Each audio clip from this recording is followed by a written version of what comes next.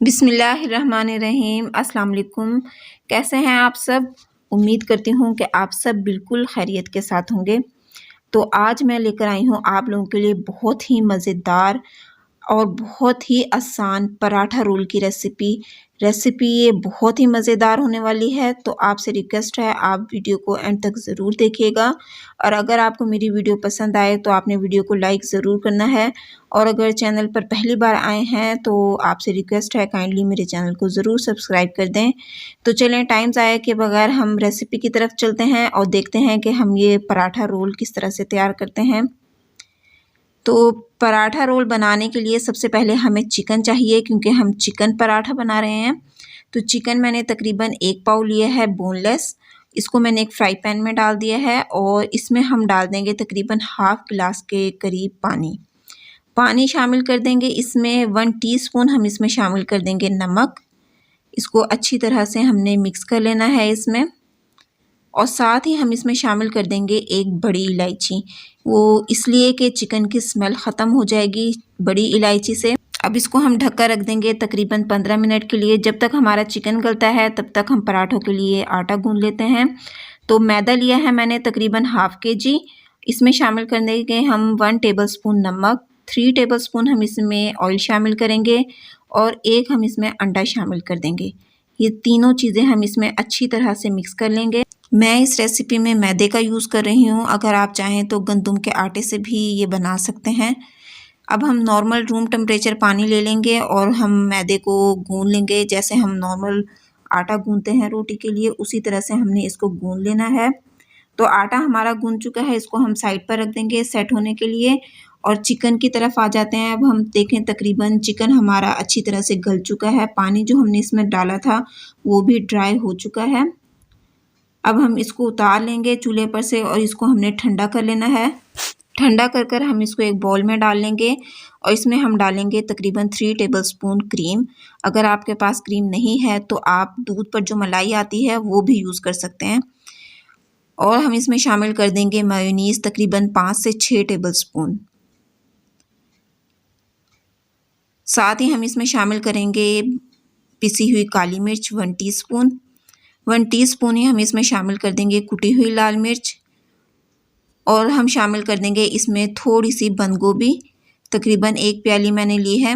ये चीज़ें शामिल करने के बाद हमने इसकी अच्छी तरह से मिक्सिंग कर लेनी है। ये देखें ये हमारी फिलिंग जो है वो तैयार हो चुकी है पराठे की। अगर आपको मेरी वीडियो पसंद आ रही है तो आपसे रिक्वेस्ट है आप वीडियो को लाइक कर दें। तो फिलिंग हमारी तैयार हो चुकी है, इसको अब हम साइड पर कर देंगे और मैदा हमारा सेट हो चुका है। इसके हम बना लेंगे पेड़े। जैसे रोटी का हम नॉर्मल पेड़ा लेते हैं उसी तरह से हमने ये पेड़ा ले लेना है। थोड़ा सा मैदा डस्ट कर लेंगे और अब हमने इसकी रोटी बेल लेनी है। रोटी हमने बेल ली है और अब हम इस पर लगा लेंगे घी। अच्छी तरह से पूरी रोटी पर आपने घी लगा लेना है। घी लगाने के बाद हम इसको इस तरह से रोल कर लेंगे। रोल करके हमने थोड़ा सा इसको इस तरह से बड़ा कर लेना घुमाते हुए और इस तरह से हम इसको गोल कर रख लेंगे। ये हमारा पेड़ा तैयार हो चुका है। सारे पेड़े इसी तरह से हम तैयार कर लेंगे। ये देखें पेड़ा तैयार हो चुका है हमारा। अब हमने इसकी रोटी बेल लेनी है और इसको हम डाल देंगे तवे पर। एक साइड से पक जाएगा तो हम इसकी साइड चेंज कर लेंगे और साथ ही इस पर डाल देंगे हम ऑयल। अगर आप चाहें तो घी में भी पराठे बना सकते हैं। एक तरफ से पराठा पक जाएगा तो इसकी साइड चेंज कर लेंगे। देखें कितना खूबसूरत पराठा हमारा तैयार हो रहा है, कितना अच्छा कलर आ रहा है पराठे का। तो इसी तरह से हमने सारे पराठे तैयार कर लेने हैं।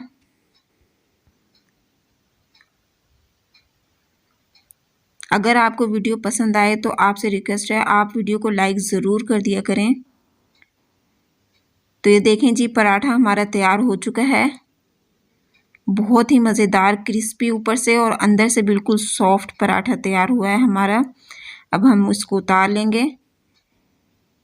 पराठे हमारे सारे तैयार हो चुके हैं और अब हमने जो फिलिंग तैयार कर रखी थी वो फिलिंग हम इस पर डाल लेंगे।